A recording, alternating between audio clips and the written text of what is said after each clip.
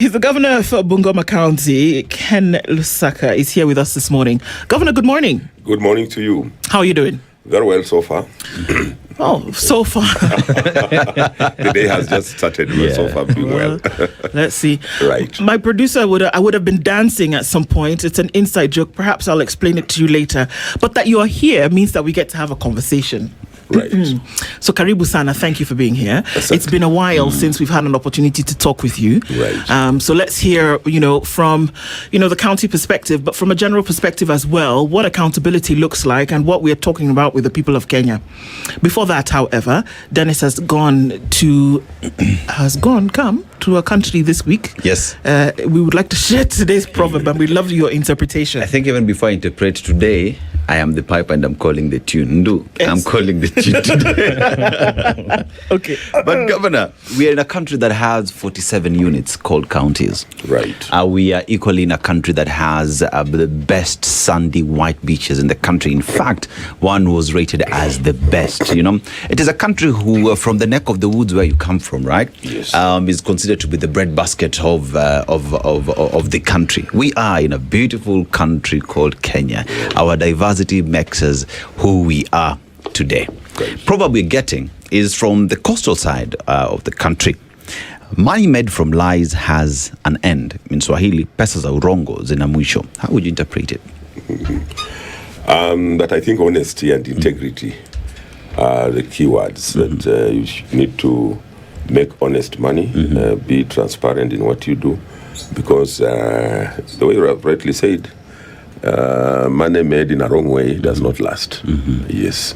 So I think they're talking about integrity and honesty. Indeed. Earning what you have in an honest manner. Right. Kabisa. So let's jump right into it, Governor. Because what we're looking at today is really trying to understand from an accountability level how things have changed and who then we need to hold responsible at the county level. It's interesting because yesterday we had a conversation around water and the place where national government and county government then meet. For a lot of people then is a little bit confusing. But then when it comes to monies that have been sent to counties and what they're supposed to do with them and then move the development index sum through that money, have we seen or do we see that there is transparency and accountability at the county level to the point of satisfaction for Kenyans? Yes, I think there is, because one of the things that the new constitution ushered in is what we call public participation and accountability.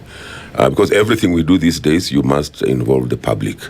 And the public hold you to account on whatever they are doing. Because when you are making a budget, for example, in the past it used to be a secretary. I remember even there was one assistant minister called Daniel Moss who was sacked for leaking the budget. And you could see when the minister appeared with the briefcase, it was with a lot of secrecy. Everybody was anxious to know what was there. But these days, when NG have an opportunity to participate in what they want, they alter some of the things that, say, the executive proposes. So we go according to what they want. And once they do that, when we go out to the public, because again, as the executive or as a governor, with your team and the members of county assembly, we again go to inspect the projects that we are implementing in their areas. So again, they participate. So that's how we account to the people. That's how transparent we are. And again, they hold you to account because the county assembly also does oversight. They call members of the county, the executive. They call I also go to address the assembly once just to give the state of the county address the way the president does for the National Assembly. So again, you account to the people through their elected leaders because we have an indirect democracy. So I think that is one way of engaging, and I think that's one of the very good things that happened with this new constitution. So there's accountability and transparency in what we do. We talk about accountability at the county levels, and there has been an issue for a very long time where governors have for a very long time said they're being held at ransom by their county assemblies. That we want you today to, using my a navigation, take me to Mombasa for a week or two. The governor says, no, the next thing is an impeachment that is on your desk as well. So one then asks the question, with all that has been there, has that stopped? Have the county governors bended to the whims of the county assemblies because there is always an impeachment card that they hold? Thank you very much. I have the advantage of having been a pioneer governor when devolution just started in 2013 to 2017. And I can tell you the situation has really changed.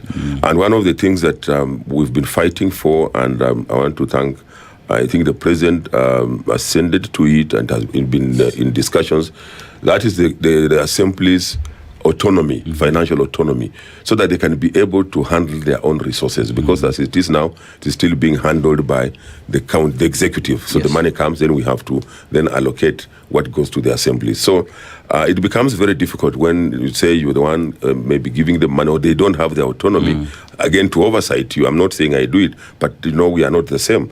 There are actually some MCAs who would hold threaten the governor that if you don't take us, for example, for benchmarking, of course, benchmarking has been the word, in the devolved systems, that unless you take us for benchmarking, then we are going to impeach you. That has been there, but there's a lot of improvement. If I look at where we started in 2013, then it was 2017, then now 2020, there's a lot of improvement. Even the type of the caliber of MCAs that we are now getting is better than what we started with. When we started, most of the MCAs were those who transitioned from the local authorities, who are called councillors under Cap 265. But now we have quite a number of very well-informed MCAs, lawyers, engineers coming in. And I think 20 years from today, I'm sure that the members of the county assembly are going to be very learned people. It's going to be one of the highly competitive positions. And once you have that kind of caliber with their own autonomy, then it's going to work very well. They will not threaten the governors with impeachment. But we have also been making recommendations that, the threshold for impeaching a governor should also be looked at. I think the law needs to be checked. It's very difficult to remove a member of parliament compared to removing a governor. For example, I got 243,000 votes. And you can imagine now you want to be impeached by about 40 people, 40 MCAs.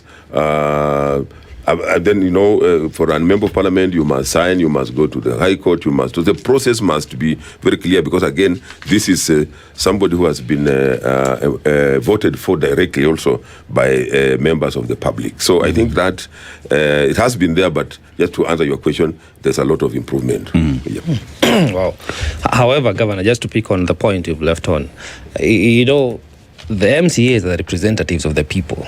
So as the same way they come and you work on the budget is the same way they'll come and work on the leadership. So they need to impeach the government on merit. Perhaps I agree is a conversation you need to have, but it should not be made so difficult to recall any elected leader on the basis that constitutionally they have not fulfilled the mandate. I agree with you, the conversation is necessary, but also we cannot belittle the MCAs because they sit in that county assembly on the basic that they are representing the local people who also elected the governor. So it's a conversation worth having. However, you mentioned, and I love that you are the first governor, so you saw the onset of the devolution and all the sunrise clauses on how to, devolve the government. When you compare the first term, or the first financial year that you had, what would you say was the on-source revenue? Because you've done so well, looking at your books. I think around 2022, when you came back, the county was around almost 400 million. Yes. But now you have $1 billion. You kind of tripled that, 1.2 thereabout. So when you compare the first term and this term, the numbers are giving. But as a voter from Bungoma, would you say they can see the value of the almost 2 trillion that has gone to the county in the last 10, 12, 13 financial years? Thank you very much. We have improved, just like you have rightly said. When we got in, it was a virgin land. There was nobody knew about devolution, so we had to set structures. There was still that hangover from the local authorities. We inherited most of the workers from the local authorities, and during those years, there was a lot of pilferage, there was a lot of leakage, so a lot of money was, people were just collecting and paying themselves in the local authorities. So now we had to put in place systems to make sure that we minimize pilferage and leakages, and that's why you can see the on-source revenue is improving. And one of the other ways that we did it was to go digital. To minimize human contact with money, because it's very tempting. So we put in place a system that can be able to monitor on time, real time, on, say, revenue collection in Ichwele, in Kimilili, and what is going on. That is why you've seen there's a lot of improvement of the money. When it comes to real value for money, again, that is where the challenge is. Of course, there is. I'll be talking about some of the things that people can see that we did during my first term and maybe the second term when Wangamati came in, and now when I'm there. The biggest challenge has been the wage bill. The wage bill has really been consuming quite a lot of percentage of our money, because again, we inherited, like I told you, we inherited very many staff from the defunct local authorities. So a lot of money has to go in payment of salaries. And then recurrent, that is local running of the county. For example, this is 2027, 2026, 27, we're talking about a total allocation of about 17 billion coming to Bungoma. Yeah. Out of that, only 5%, 5 billion is going for development. Now, when you put into all these other departments, you realize that you may not be able to realize very much. But notwithstanding, there are things that have been done in Bungoma, for example. During my first term, I started put a tarmac road. It's a famous, when I mention people in Bungoma, and people will know, there's the famous Misiku Brigadier Road, which the allege has been launched many, many times. Yes. So we did agree that the national government was going to do from Naitiri to Brigadier. When I went, of course, I done a bit, but when my successor came in, he didn't do anything about it. So when I went back, I've done about 25 kilometers. So I only have 1 kilometer to go. That is the first tarmac road in that Tongareni constituency, the whole sub-county, and it's a very rich area. It's a rich area for us. Then during my first term, I put up the first public high-altitude training center in a place called Chemoge in Mount Elgon. In May, we launched the first phase. We had a marathon there. And what informed me to do that was the realization that Mount Elgon has very many athletes who have won even gold medals. They brought medals for this country. So to tap into the talent of the youth there, I think that was a good strategic project. As we talk now, there is a modern market that we're putting up in Kandui, which it's about 98% complete, should be able to complete it. We have a modern stadium. Of course, I saw the other day people are running some negative, what is it called, news about it. But over the weekend, we had secondary school. The whole stadium was fully packed. Nobody took that to show around the world that now this stadium is working. Okay, that notwithstanding, again, we are completing it. We had a meeting with the minister 2 days ago. We want to put it up to standard so that we can be able to hold even international matches. Again, that is as a result of devolution. We have over 20 markets.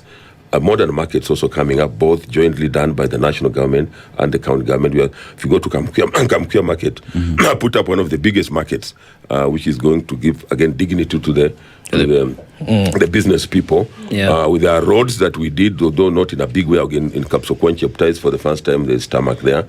When we went there, when I went to Bungoma that time, there was only one ambulance. But now, for the first time, every sub-county had an ambulance. We bought new ambulances. We improved the staff in the health sector. Environment, water. We now have water. When we went there was no rig to drill water. So I think there are quite a number of things that we can touch on. You can ask the people now there to see. When you look at these things, because it has become a prominent conversation among the county leaderships, that the governors will report having established a lot of brick and mortar and tarmac, and that is supposed to be perceived as development by the people.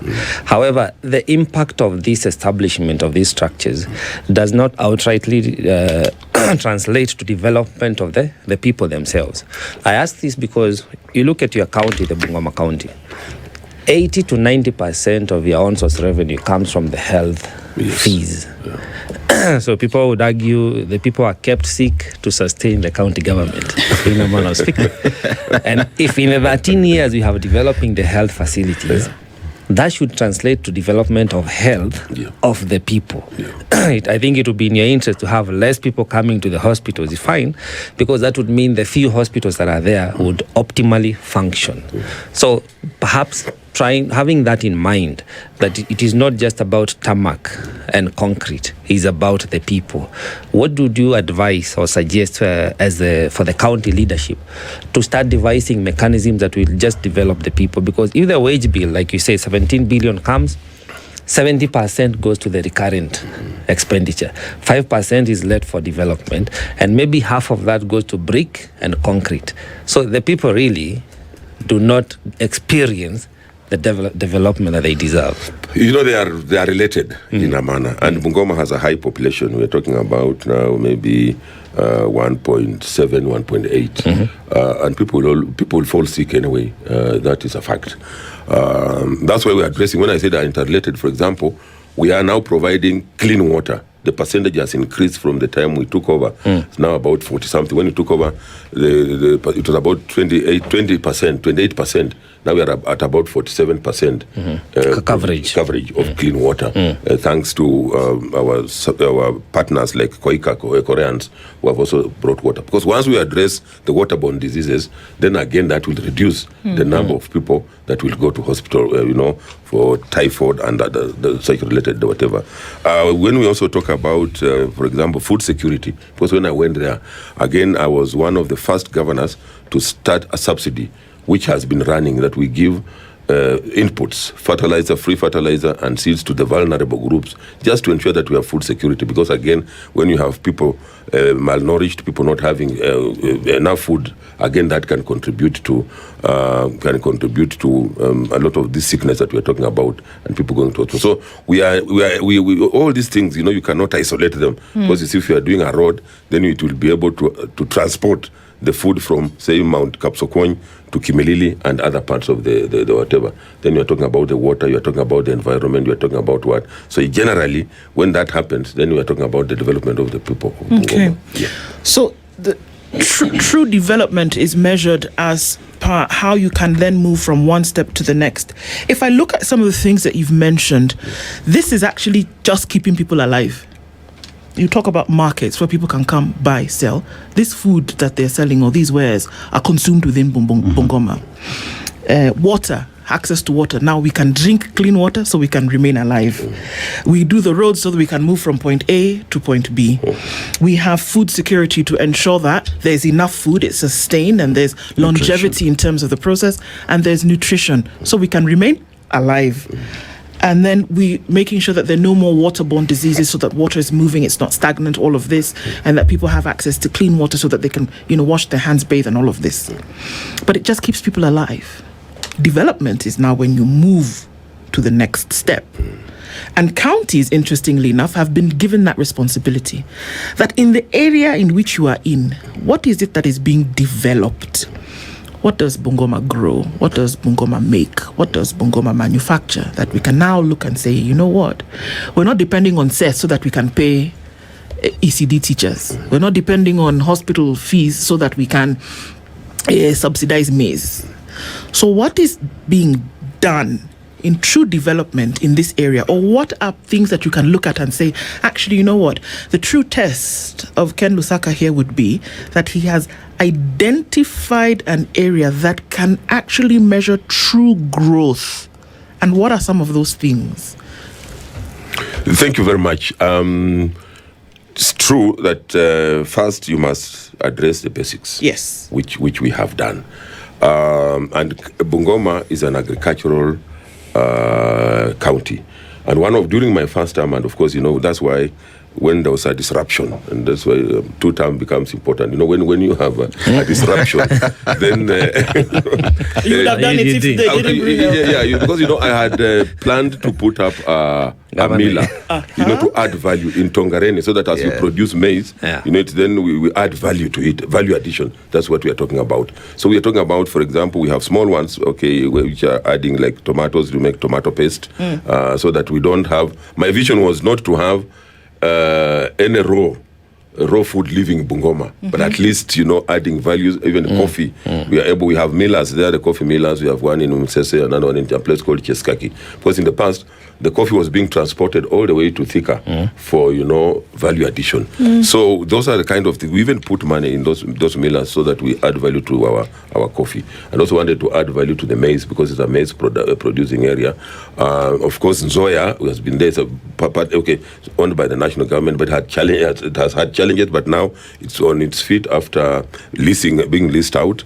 And of course, we're also developing Matulo airstrip. We want now it to be an airport. That is our vision for it to. But as we speak now, next month we are going to start putting up a terminus, so that we are able now even to export some of the things that we are producing in Bungoma. So I think the long term, I want to agree with you that of course we want to focus on value addition to the agricultural products that we are getting there, because Bungoma is basically, we don't have minerals.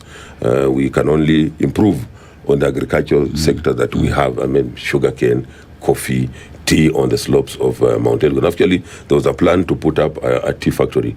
Again, that is still at the planning stage, but we have had to encourage people to plant tea, so that it is enough. We don't want to start a factory, then we lack materials. Then of course, even during my first, I also served as a permanent secretary in the Ministry of Livestock before joining politics.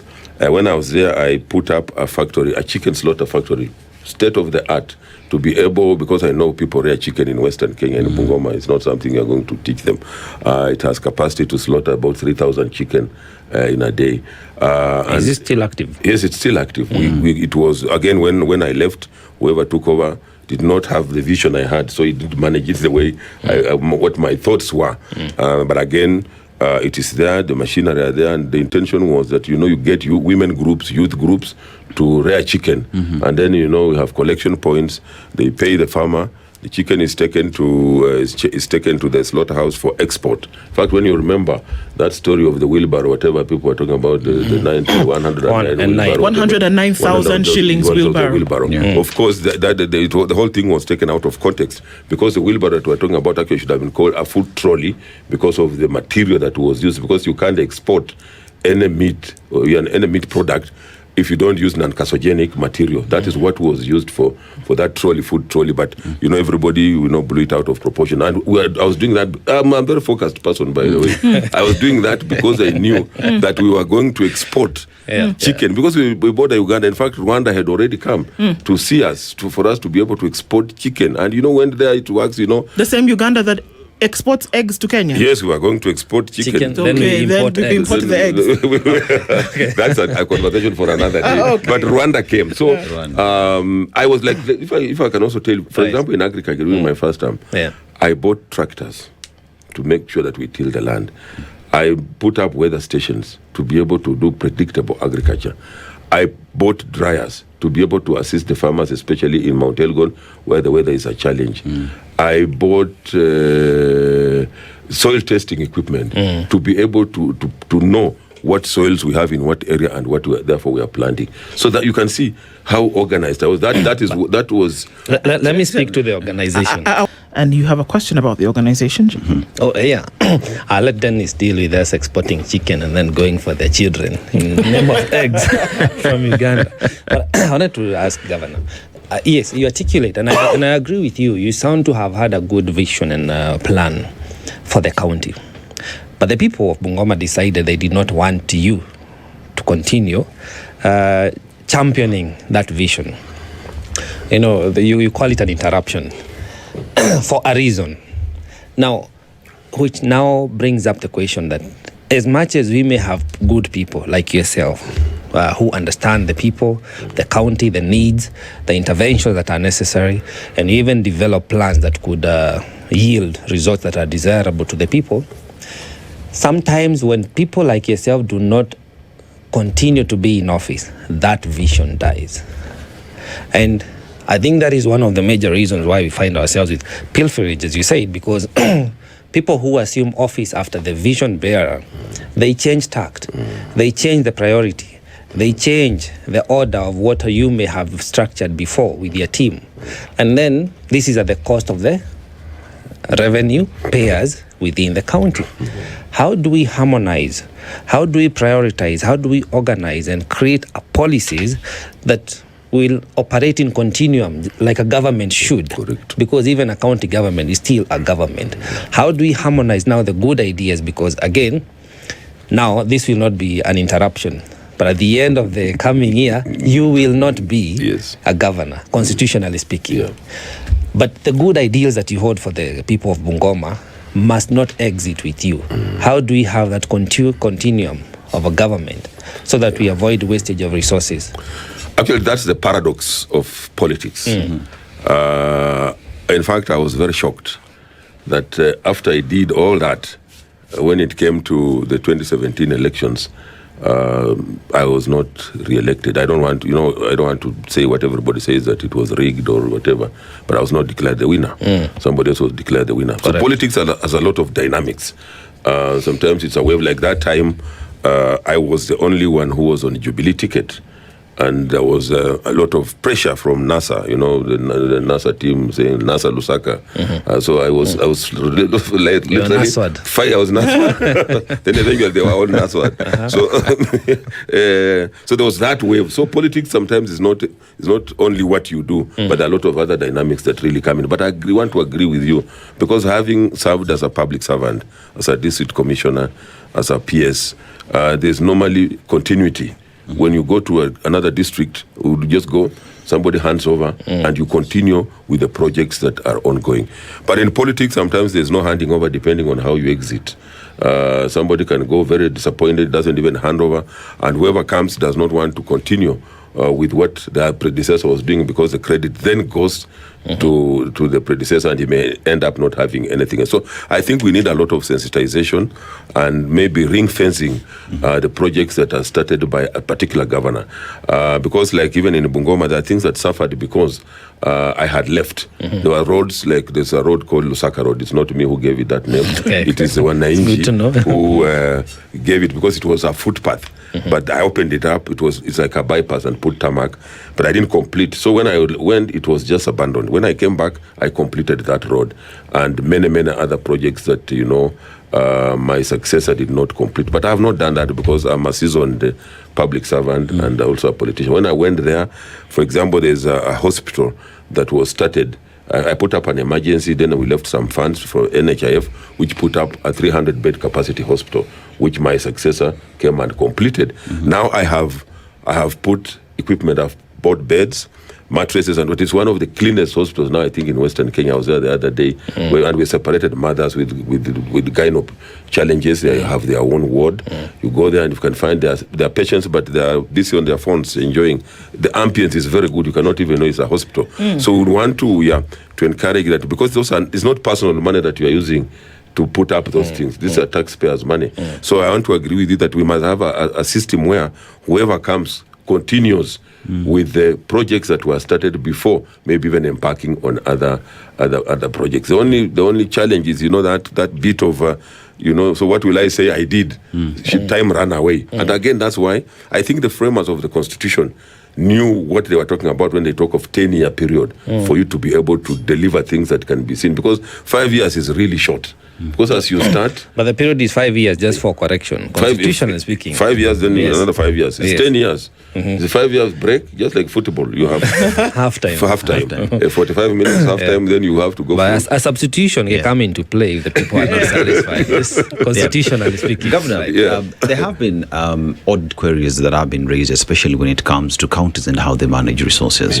And I'll just focus specifically on what have been raised by the Auditor General in in Bungoma County. So there is an issue of unremitted statutory deductions and salary arrears that have amounted to 1.7 billion shillings, and that is the Auditor General speaking. Now we have question of as well pending bills in the counties that continue as well to be a problem, because that means individuals who supply to the county are today impoverished because they've not been paid over the same. As well, there is wastage that exists in Bungoma County. You talk about the first term, you call it non-carcinogenic food trolley, right? At the time it was a wheelbarrow. But that notwithstanding as well, there is an audit query that landed on the Senate where Governor 3 million shillings for a Christmas tree is third amount of money for a Christmas tree. And with all this, then one asks the question, as the counties continue to, you've moved in for on-source revenue, 1.3 billion, you're doing well on that side, but you're not seeing value for money. Where's the problem when it comes to accounting for the monies that the county has and the value that Wananchi should get? Let me start by the easier one of 3 million. That was just wrong tagging. And we try to explain to, sometimes that's why we're saying that let people also be honest.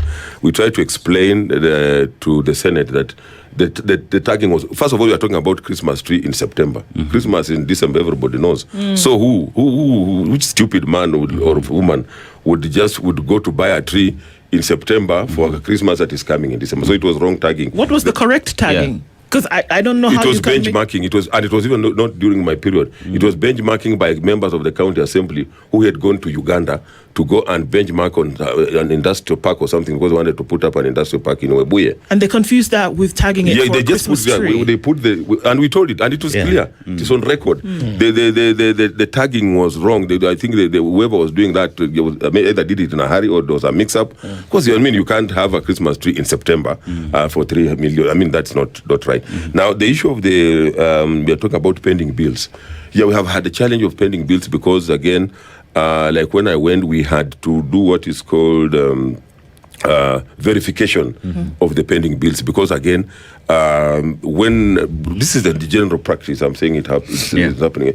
The general practice is, as we head sometimes towards an election, people tend to hurry into maybe just giving out projects to be done. Sometimes like not based on any budgetary allocation. Then people end up sometimes not even delivering the projects that they have been given, and therefore when they want to be paid, you realize that there's no money allocated for that kind of project, so it ends up being a pending bill. Number two, the problem, let me talk about the problem for Bungoma has been wrong projection of on-source revenue collection, because it's part of what is normally put together as the total amount you are going to spend. Say you project to raise 1 billion as on-source revenue, then you raise 600, for example. So that means you are basing your budget on money you have not raised. So you are spending what you don't have. So when it comes now to real collection of the money, you collect 600, and yet you budgeted using 1 billion, which was also added on the budget. So that ends up being a pending bill. That's one of the issues that we've been addressing, that let our projections be accurate. Say if you say in a financial year you raised 400 million. What miracle are you going to perform to raise 1 billion? Yes. So you should be realistic and say maybe you can increase it to 600 billion or something like that, or 600 million, or even 500 million. That's a realistic number. If I may ask, you have county development plans. Every county goes through this rigorous process, CIDPs, the rigorous process of planning. That's where all of these things come into play, your budgets. Do you have actuaries? Do they actually, even one for the county, to say that this is what it looked like, this is what we can see, and this is what we could possibly predict? It's the stuff that insurance is based on, that you can actually make these predictions. But beyond that, when you realize that the money is not there, it's a clear recognition that it's not there. Why is this person or this business still engaged? Or do you just tell them? Because then there's a false premise upon which all of this then is based. If you know at the beginning of the year or the term that this money is not going to be available, every project, I am to assume, is budgeted. There are budget lines for it. And you say that, okay, build the road from this place to this place. have a contractor come in and do it, and we're going to pay you X amount. At some point, you know that the money is not there. Is it too late in the game to say, okay, everybody, stop this thing, don't go ahead? But it seems like we tell the contractors, go ahead, money will come. But by your own admission, you already know that the money will not come. But then now you have pending bills. That's why we have what is called a supplementary budget. So once you realize that this is not working, then you have to ask for supplementary budget to adjust according to the unforeseen maybe challenges. Maybe said we are going to raise this, but we realize we are not getting there. But I think the most critical... do you get the supplementary budget funds? Yes, we do. So then why are these people not paid? Sometimes we get the supplementary budget. Sometimes, like, we had a challenge, like, let me talk for Bungoma. Yeah. Last year when we had a bit of issues with the MCS, they refused to pass a supplementary budget. So therefore we were stuck. So again, you are not working in isolation. The budget must be approved by the county assembly. So when it is approved, pardon? You get the money. Pardon? When the supplementary budget is approved. Yes, it's approved, yes. Even if it is not approved 100%, there's money that comes in.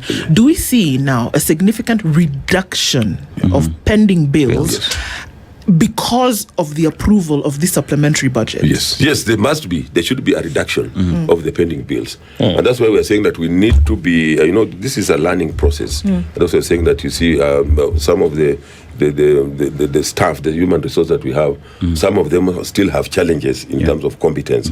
But it's a learning curve where we're saying now we must be, and that has been my point, we must be realistic about our on-source revenue. Let our projections be accurate. Number two, let us verify the projects that we are going to pay for. And that has been done, because there are also projects.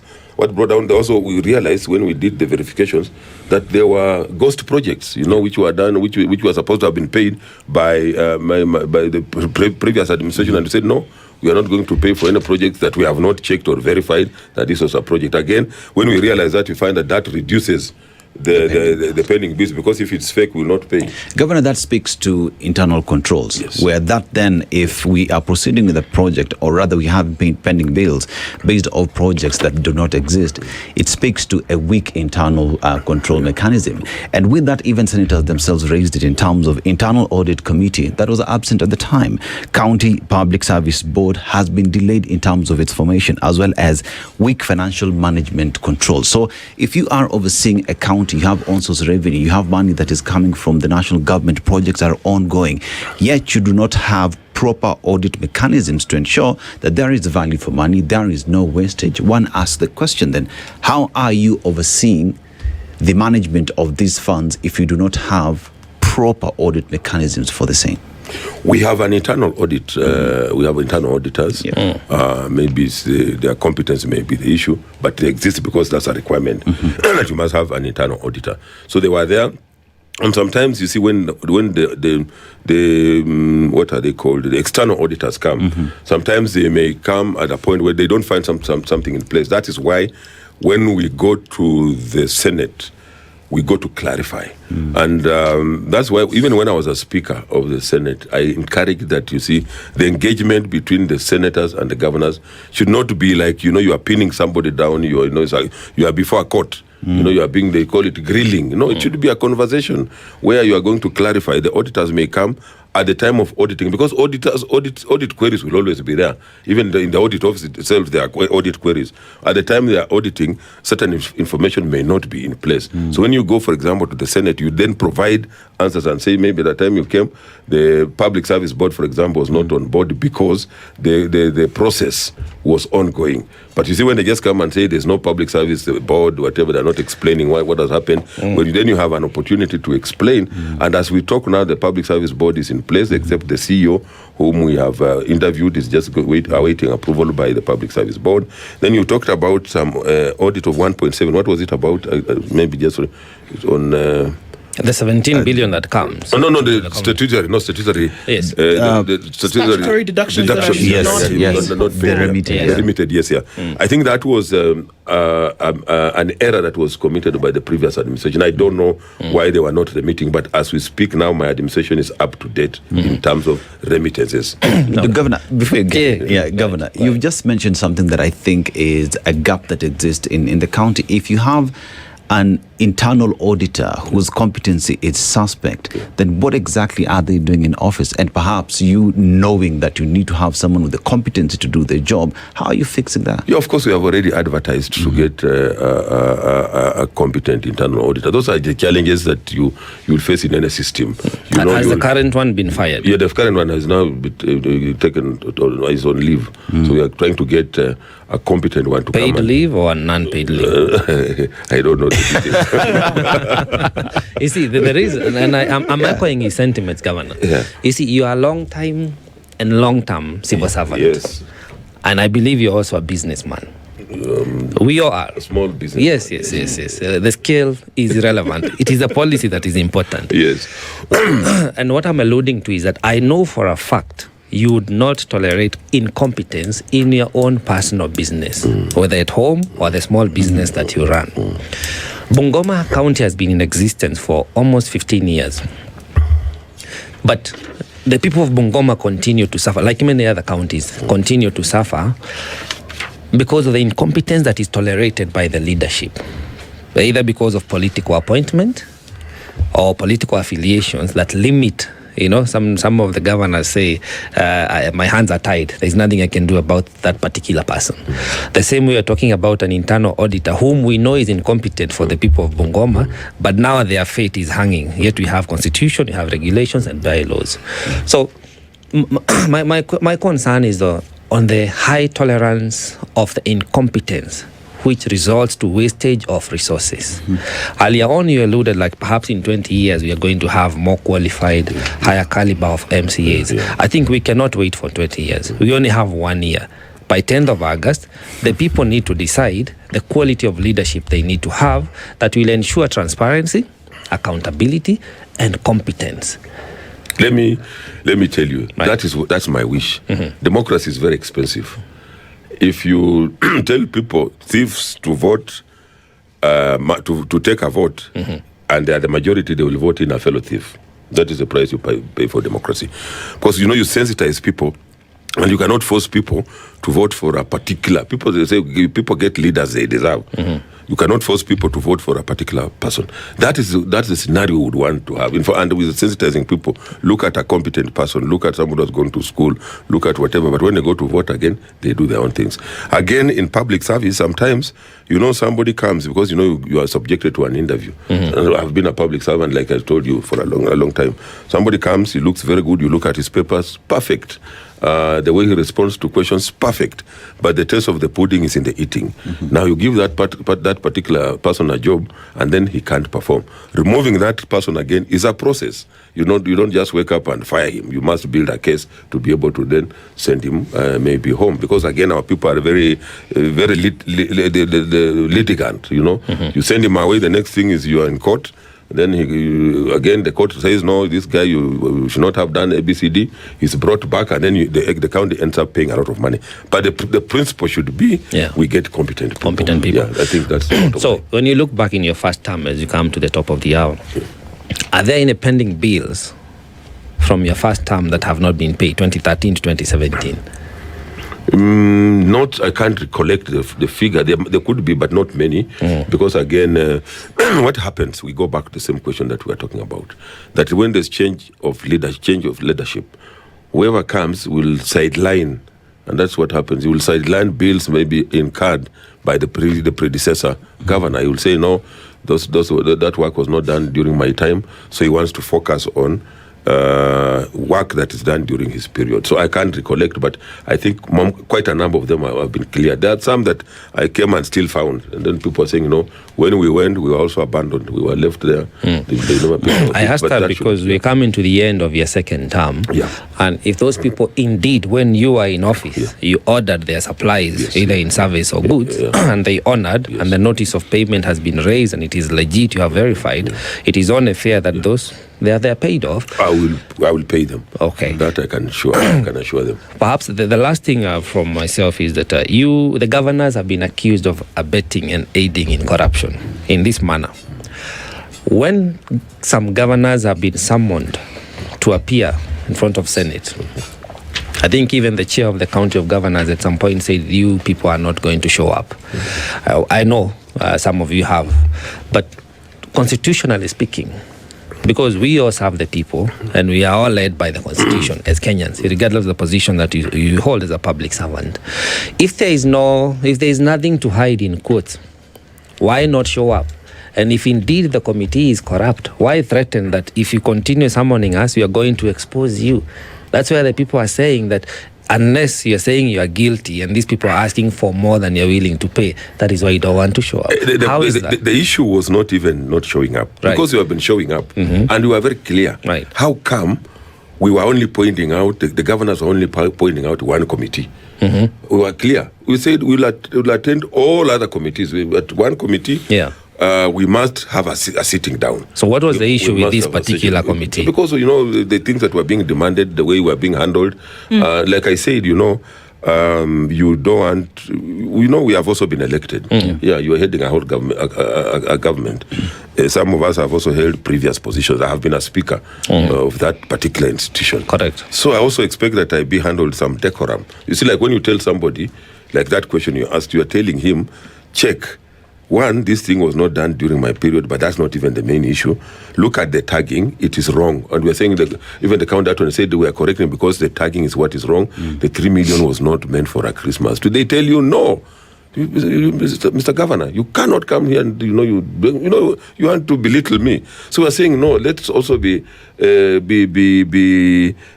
treated with some decorum, and that's why we're saying let us sit down because we have challenges with this committee and many other issues that we don't want to talk about. Let's sit down so that we agree on the modus operandi. How do we operate? And when now they also become a bit difficult. That's why there was a standoff.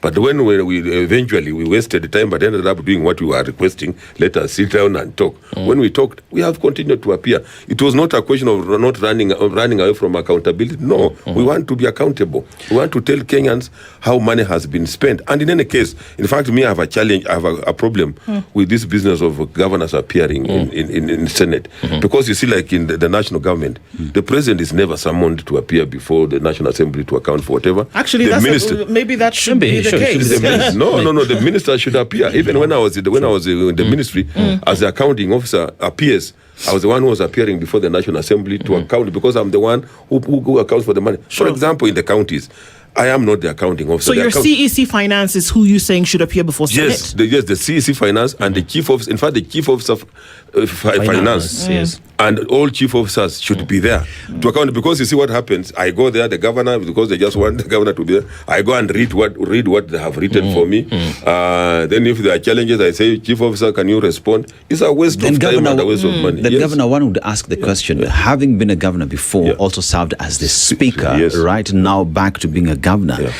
What is the relationship between governors and the Senate, with Senate having constitutional rights to be an oversight body of the counties? You